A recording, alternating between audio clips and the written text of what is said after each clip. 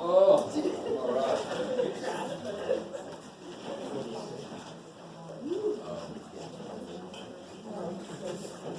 So this is page 110. We're getting to 5.3. Polynomials. So, most of you guys have a decent idea of what a polynomial is. Poly, many. Nomial is related to names, or what we refer to as terms. Many terms. Whenever we identify something with a specific name, there's a reason for it. Functions, right? We described what they were. They're a certain type of relationship between x and y. They have to do certain, they have to pass good old vertical line test. We give them a special name because they could represent physical things. The ball is here, it can't be in two places at once. Okay, I like it. Polynomial is a collection of these terms where I'm allowed to use whatever values I want for the variables. So for example, just to give a counterexample, could this be a polynomial? Become this thing, okay. Why can that not be a polynomial? Why not? What did I just say? Many terms. Yeah, which term can I, no, which value can I, no, many terms is fine. One is fine. It's a special kind of polynomial. It's called a monomial, like a monocle. We could have called it a uninomial, but that was hard to say, like a unicycle. So we just call it a monomial, one term. Is that a monomial? Is that a polynomial? Can I use whatever I want to for x? Yeah. Really? Try to use 0. All right, can't use it. So that's not a polynomial. So more generally, polynomials have to have it's a collection of terms. For every term, the variables have a whole number exponents. Why would this not be? How can you write this as x to the what? Negative 1. That's not a whole number. That's an integer. It's a negative number. Oh shit. Where do whole numbers start? At the number that looks like a hole. 0. 0, 1, 2, 3. So you can have those as powers, nothing else. We don't even know what this is yet, but you can't have a fractional power.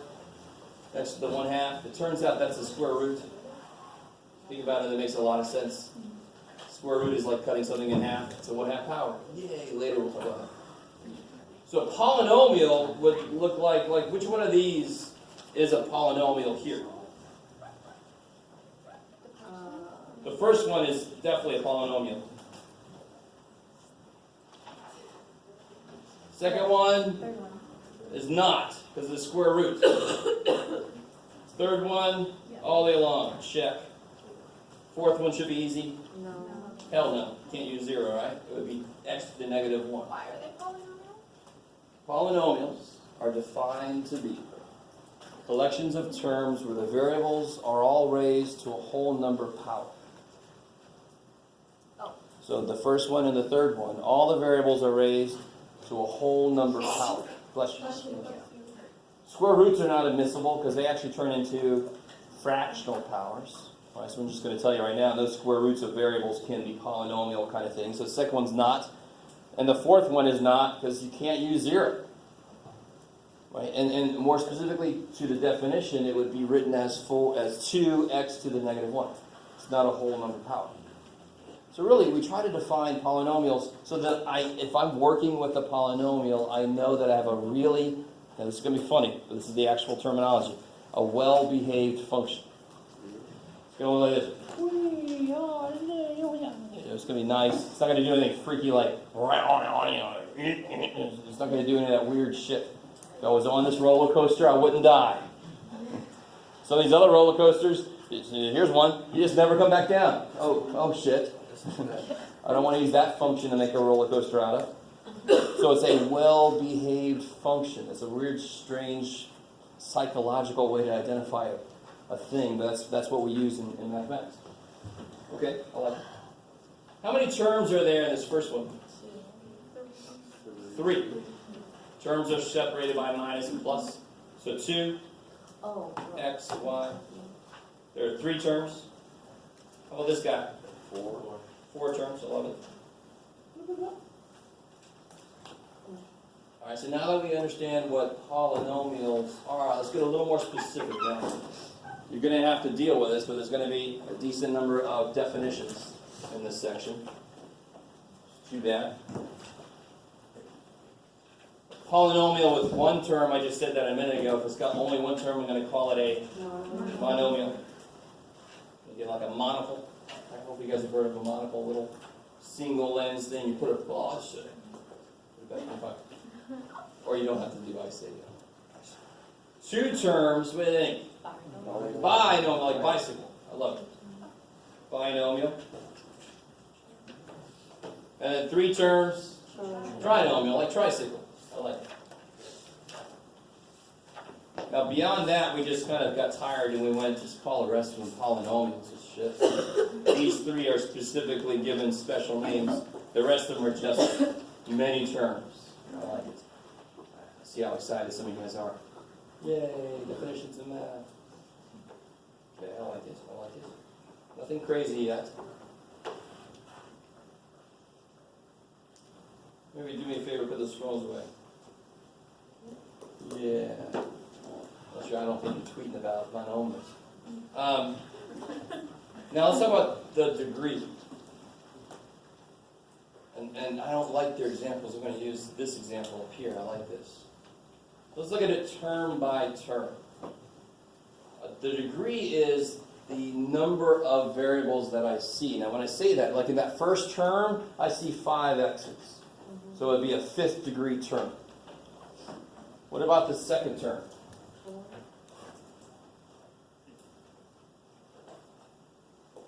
Second term, how many total variables do you see? 4. 2 x's, 2 y's. So it's got 4 total variables in there. X, y, y. So it's a 4th degree. And really, the degree of something kind of tells me how quickly it grows, or grows negatively or positively. Right? The higher the power, the quicker it should do that. You guys semi with me here? So, of course, a lot of this is laying groundwork that you'll investigate further later.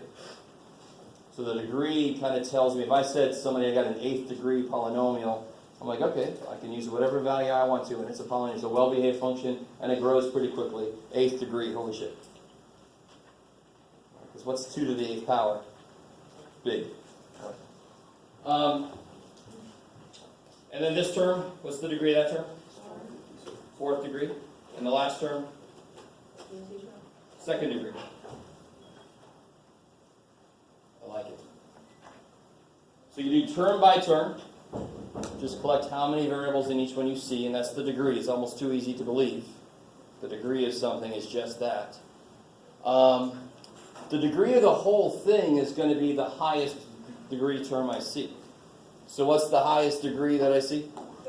So it's a 5th degree polynomial because there's 4 terms. Right? We don't call it quadrinomial or something crazy.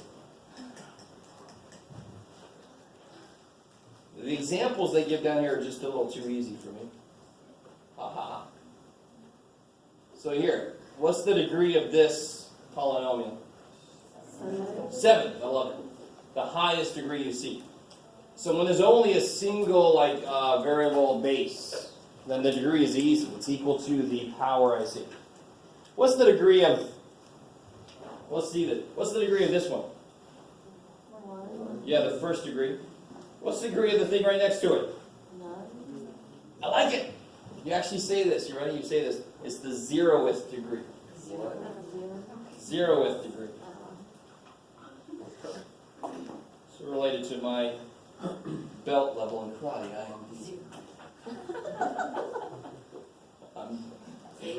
my belt would be wider than white. To be clear, my belt would be very clean white. Absence of anything. Okay. You guys understand so far? And again, why does it make sense? Because in -1, how many variables do you see? None. So it's the 0th degree. Because the degree tells me how many variables total I see in a term, and the degree of a polynomial is just the highest degree I see amongst all the terms. I like it. Not very exciting stuff. I don't care. Just have to be able to do it. It's not that hard. blah, blah, blah. Blah, blah, blah. That's much more. All right. Same stuff, same stuff. Now,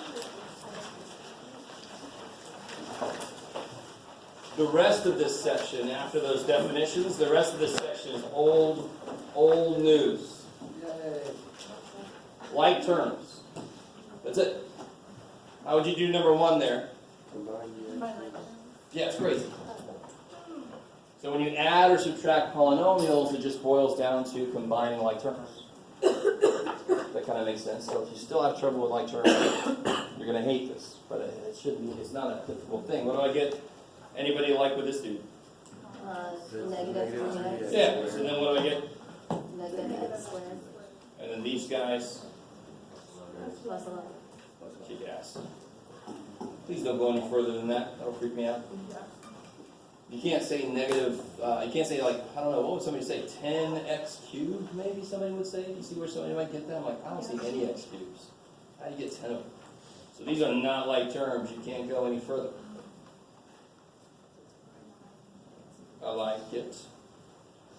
I have a lot of faith in you guys. If you look at the rest of those problems, aren't they all the same damn problem? They're all the same problem. If you know like terms, you can do all these. None of them have anything interesting to offer me. I'm not interested in these problems because you can do them all. You have to be able to do these. You just have to. Please do that. So where do they get more interesting? Well, they don't. Let me make one that's more interesting. Here we go. Oh, they're coming. They're coming. Okay, I see. More interesting ones are coming. This is also old news. So this is specifically functions that are polynomial functions. Again, some of you guys don't like functions, but I don't know what more to do for you. Quite a few people did not do well on that function stuff. So let me take a minute and just show you what's happening. Do you remember this kind of problem that you guys had a long time ago? A plus B minus C, evaluate if A is 2, B is 3, and C is 5. What did you do to do that problem? You replaced A with 2, B with 3, and C with 5. In this case, you got nothing. So all a function notation question is asking you is, if I replace that with 2, what do I get? So way too many of you guys somehow was able to divide by 2 when you did this. What is this? Read this for me. How do you read this? F of 2. That's not F times 2. That's not any of that. It's like the square root of 7. It's not square root times 7. That doesn't make any sense. So you can't divide by 2 when you do. So what's F of 2? It'll be 2 times 2 squared plus 5 times 2 plus 1. All I do is wherever I see an x, I'll replace it with a 2 like they already did. They already replaced the x with 2. You can see that? A lot of people had trouble with that first step. And then the people that did okay with that, some of them then went a little too far. So f of 2 equals 2 times 4 is 8. 5 and 2 times 2 is 10 plus 1. F of 2 is 19. And then some people went further and divided by 2, but it doesn't make any damn sense. Right? This doesn't say f times 2. This says f of 2. And if I was going to plot this function, what do I know so far to help me plot it? X is 19. I know one point. What point does this function go through? 2, 19. So this isn't f times 2. This is f when x is 2 is 19. You can't divide by 2. It doesn't make any sense. Maybe. So what about f of 0? Why is that really, really nice? F of 0? What's the only thing left? Yes! Everything with an x in it just becomes nothing. Just becomes 0. So then I'm just left with 1. And if I was going to graph this, that point would be called the y-intercept because we made x 0 to find it. It's the y-intercept. Okay, I like it.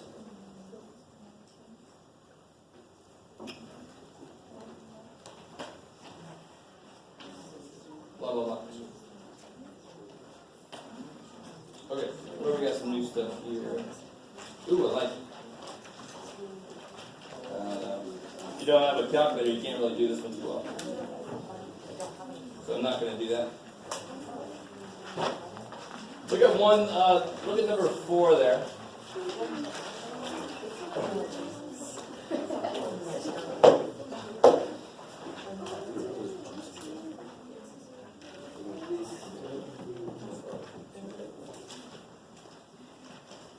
I know that when you see a lot of words, some of you guys just got to shut down a bit. Yes. It's really funny because a lot of people say, I like English more than math, and they can't read. So here you go. English people, there's some English here. It's not just math. And maybe some of you guys are interested in animals. Hey, this has to do with animals. In fact, it's a what now? Where to go? Horse? There's a horse in there? Ooh, there's a horse in there. So this is kind of nifty because this is true. When you take a drug, of course, it takes a while for it to build up to its maximum level in your bloodstream, and then of course it tapers off over time. Right? You're gonna pee it out or whatever. Right? So that's why you have to take it every now and again, and some drugs actually diffuse and leave you quicker than some other drugs. So you have to take it more often or less often if it does the opposite. So you do have these formula, these functions that model how the amount in your bloodstream, what it does. So you can kind of figure out, okay, when it gets to here, this time I better take another pill so I got enough in my bloodstream so that nothing weird happens, right? Now, is that a pretty thing? No. To me, it's pretty because I don't see 0.005 as any different than 7. Right? But I know you guys look at that and say, that's an ugly decimal. That is negative. What's your problem? Well, what kind of thing is this a polynomial? Yes, because all the variables are 2 whole number exponents. Right? That is a polynomial. It is a well-behaved function. Which is good because it models freaking stuff in our bloodstream. I want it to be well-behaved. Right? Now, you don't need a calculator for this. Approximately how much gentamicin is in the bloodstream 2 hours after injection. So what would that be? 2 hours after you get injected with it? Approximately what? 2 hours. I'd say like two and a half, maybe? Yeah. Yeah. I'd say 2.5 micrograms per milliliter. I like it. 2.5 micrograms per milliliter. They tell you the units right there, so you can't go wrong. You just got to get the number off the graph. So this problem here is really just, here's an example of kind of a gross polynomial, but here's what it looks like when I graph it. Is that a bad graph? Is that a gross graph? No. If I showed you this graph, you would probably never guess that the polynomial behind it looks this, like what you would call ugly. Right? But polynomials are well-behaved functions. I don't care if I throw ugly-looking decimals in there. The graph will actually end up being kind of nice and flowy and it's kind of nice. And then, of course, 4 hours you do the same thing. Blah, blah, blah. The rest of that I'm not interested.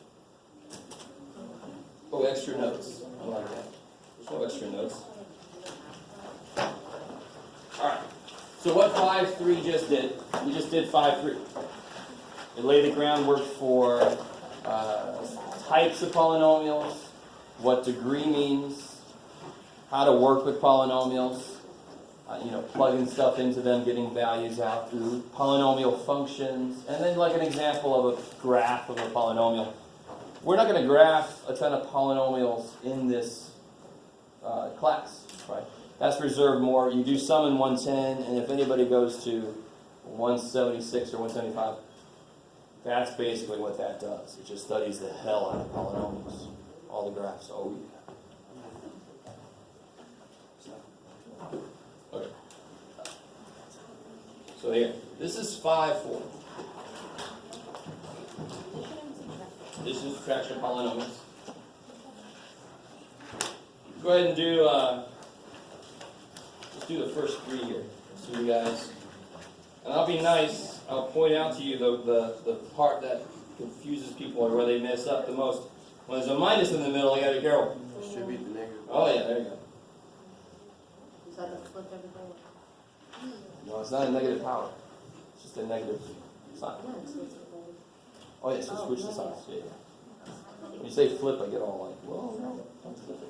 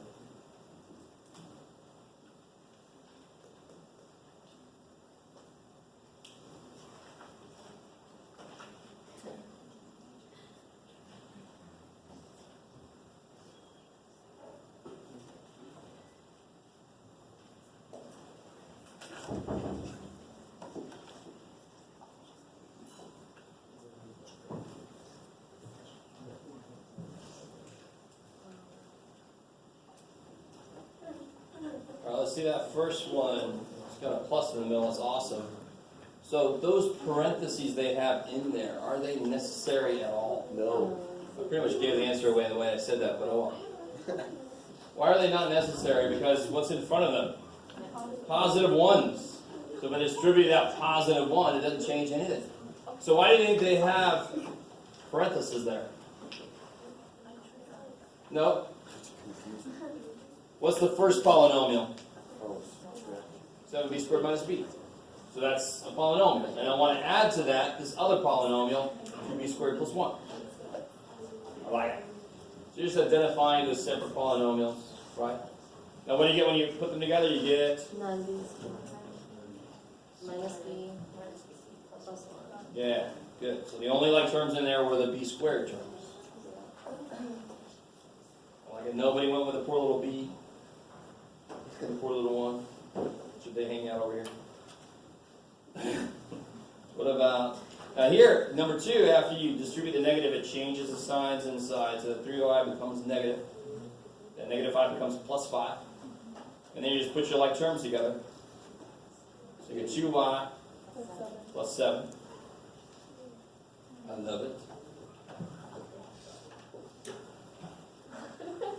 I don't just like it. I love it.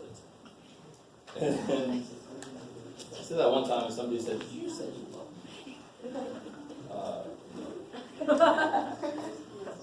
All right, now let's see if we can do this one. Now, what order do we normally write polynomials in? Yeah, the highest one first, so descending order, right? So let's see, I got my x cubes, so I get 5x cubed. plus 10. And see what I'm doing there? I don't like to rewrite the shit and move stuff around. I just like to use different shaped underlines to see my like terms better. Yes, ma'am? If we write it not in the highest. Yeah, I won't take points off, it's fine. Oh. I'm just doing it right now just to show you that this is the preferred kind of conventional way to write the answer. If this is a problem about adding, subtracting, simplifying, I'm not going to take points off because you didn't put that first. And then you get, what do you get for your x squares? You get 10x squared. And then I got negative x minus 3x minus 4x.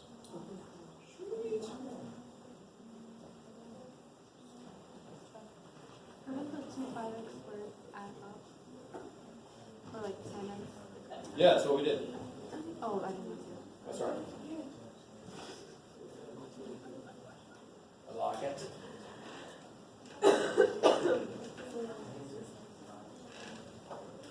Okay.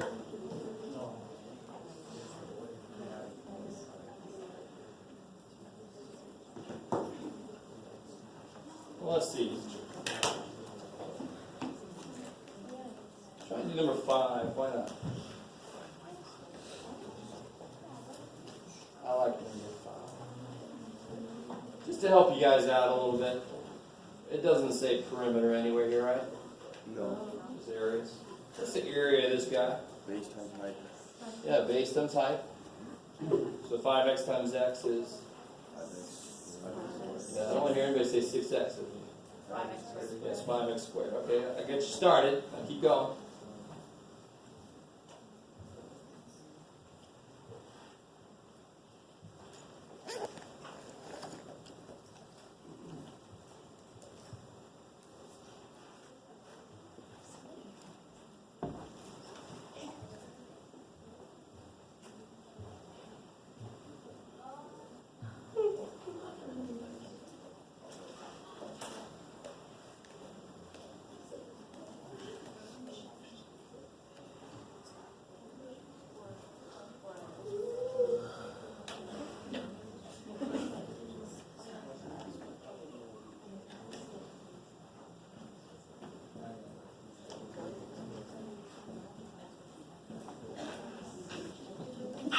Question?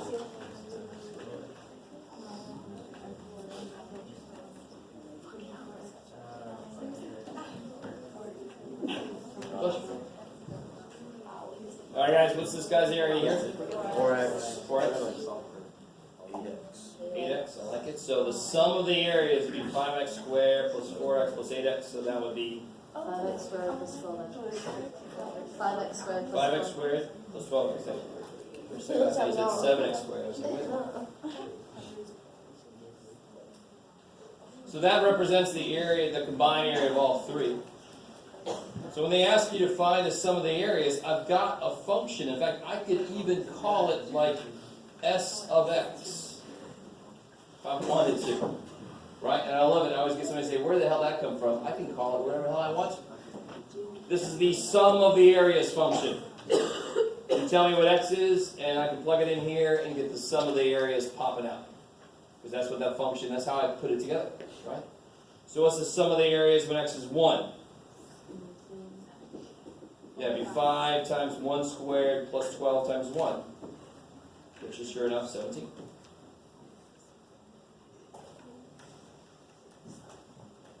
And of course the sum of the areas when x is 3. Now do you have to do any of this S of x stuff? No. No, you don't. So if you didn't, you're fine. I just threw it in there just because.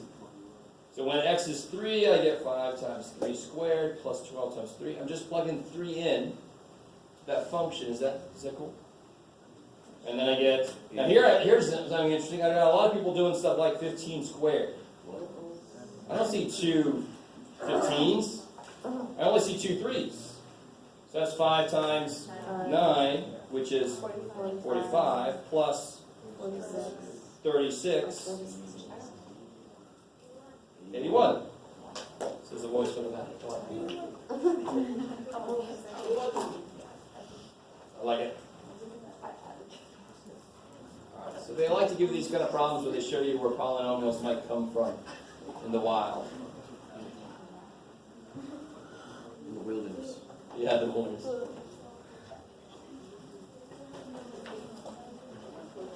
I said it. What I said. It's a wild one only.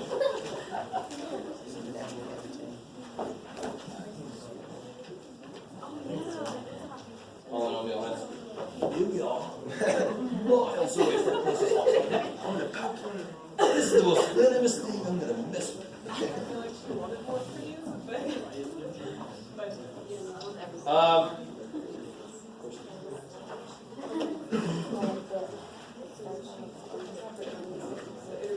Now guys, you tell me, that's the multiplication, that's the product of 2 what kind of things?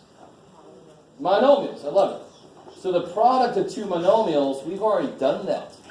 when we did the whole section about exponents, are you surprised you got that one? When we did the section about exponents, we saw a bunch of these. We didn't call them monomials at the time because we weren't there yet. So multiplying polynomials gets more interesting when you have higher terms, right? When you have more and more terms. What would this be? How do I do this?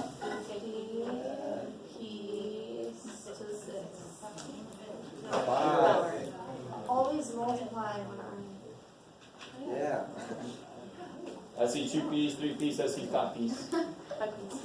5p's. And this guy works the same way, of course.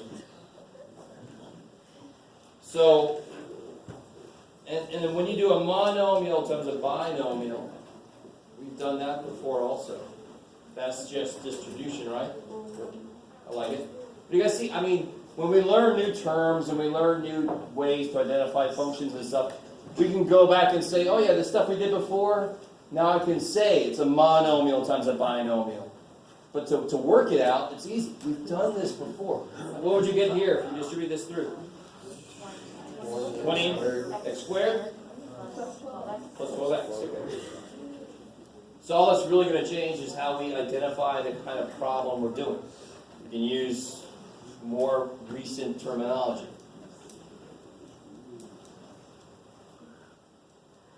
Okay. I don't like what they do at the bottom there. Screw that.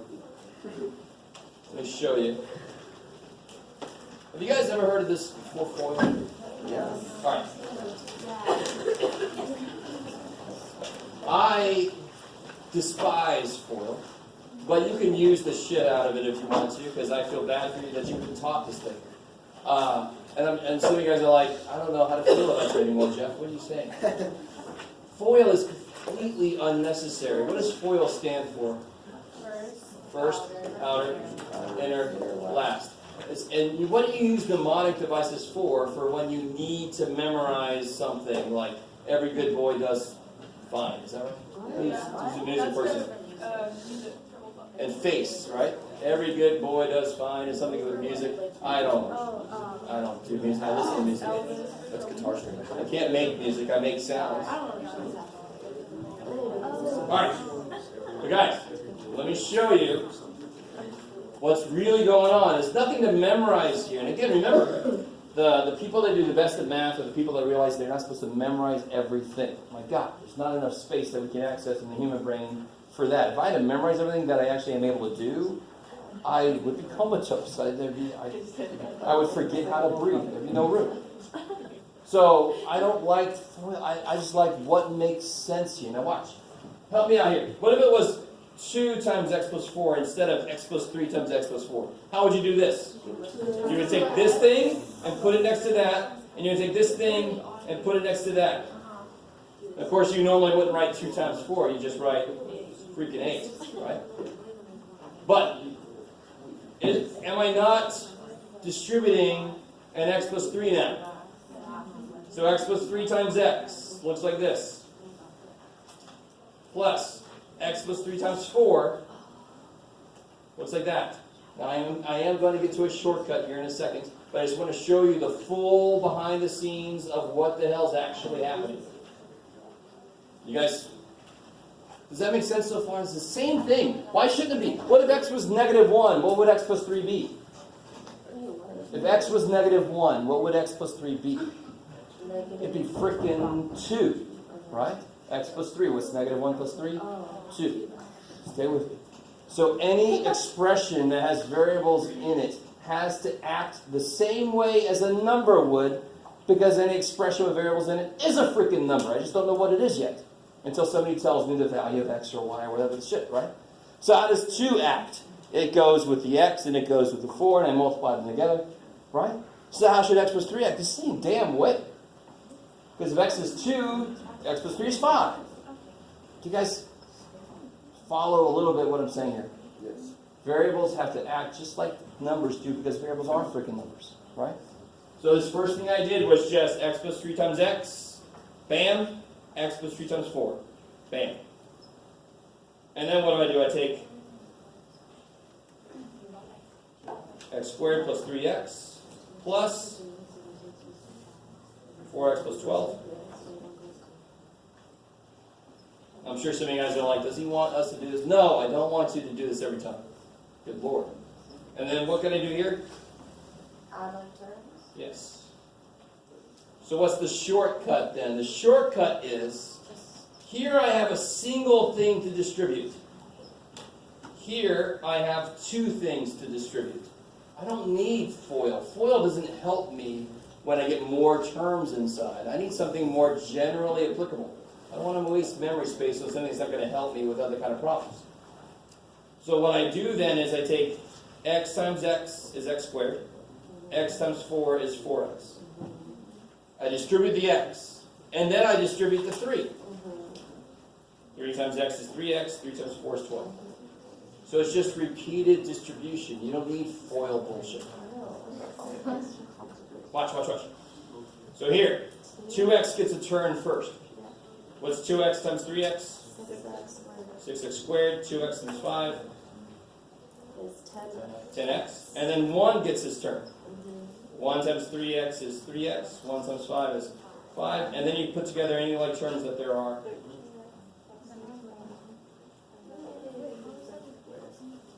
Say again?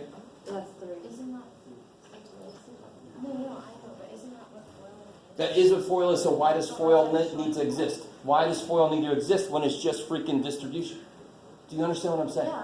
Why do we have to create FOIL? It does nothing for us. Do you understand? Yeah. FOIL does nothing. Did I have to use FOIL to do that problem? No, I didn't. Why does it exist? I don't know. All right, I'll let go of that. I want to show you here. Watch. How would you do this problem now?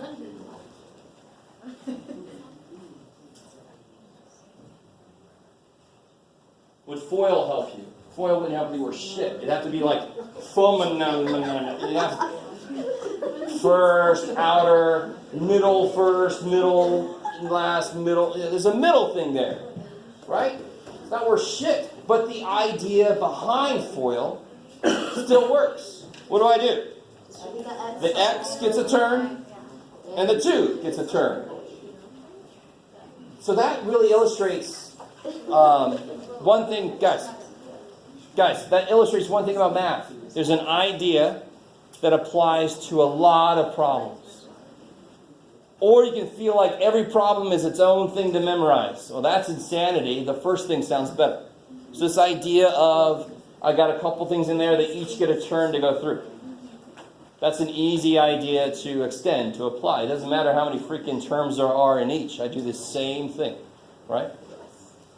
So then here, what would happen? X cubed. X cubed Minus 5x squared. minus 5x squared Plus 8x. plus 8x Plus 2x squared. plus 2x squared. I'm going to do the nifty little thing where I collect my like terms. Minus 10x. Minus 10x Plus 16. plus 16. So I get x cubed minus 3x squared minus 2x plus 16.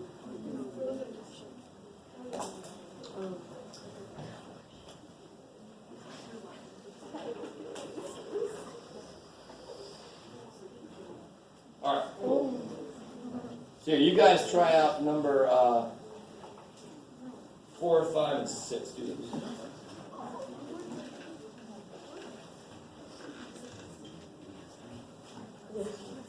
Ooh, cool. Still got time.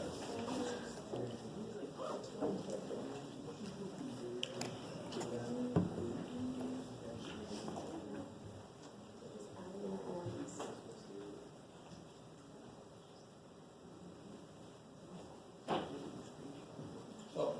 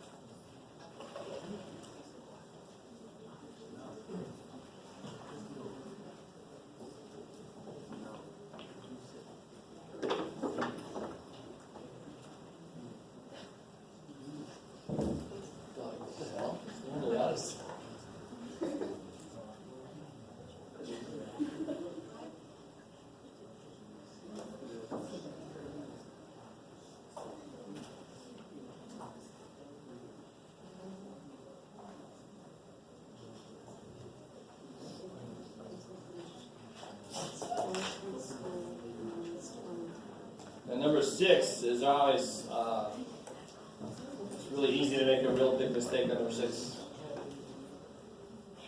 What happens on number 4? We get 2 to the base. good. Then the negative 3 gets a term. Negative 6m minus 3. Are there any like terms? No, so be careful. Don't force anybody together. There won't always be like terms. How would I know off the bat? Because these m's have different powers. Different powers. So there more than likely won't be any like terms when I combine them together, when I multiply them out. This one is, they put it in its own section coming up in a second, but, well, you know, not today. It doesn't really need to be. What happens when you do this? You get k squared minus 8k plus 8k k squared minus 64. Have you ever done any factoring before? That should look familiar. I call this a thank God problem, or a thank your favorite deity problem, whatever you, a lot of coffee, whatever you like. Now this one, the biggest mistake people make, this is wrong. Wrong? Rock. I like it. This is wrong on so many levels. So this is wrong. If you think that it's 4t squared plus 25 or some shit like that. Now, what did this person do? Some of you guys are like, they did the same thing I did, Jen. They distributed the square, but again, remember, exponents are based on... true. A little more specific. Exponents are based on what operation? Multiplication. So they will not play well with subtraction. That's not what they're defined on. So what is something squared? It's that thing times itself. So you have to rewrite this.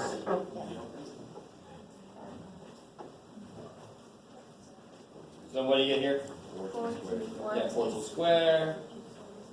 Minus 10t minus 10t minus 20t, just to cut to the chase. Is that cool? Yeah. And then plus 25. Schwab. Alright, cool. I think that's enough.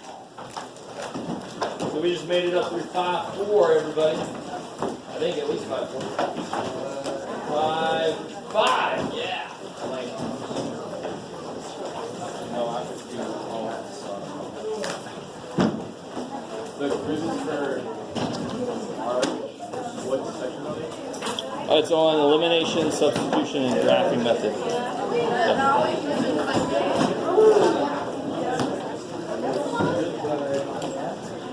Elimination, substitution, and graphing method for systems of equations, yeah.